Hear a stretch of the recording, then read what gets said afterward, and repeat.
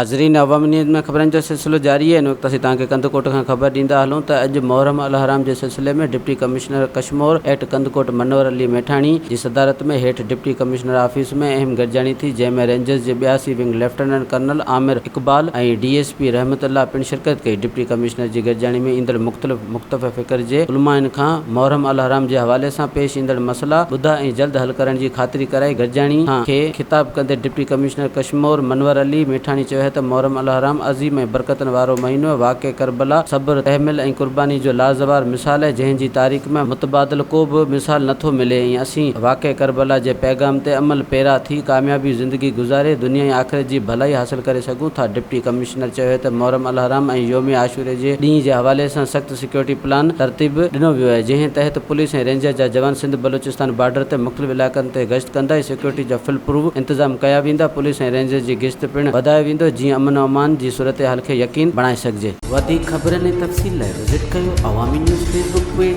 YouTube page ऐं अवामी news website.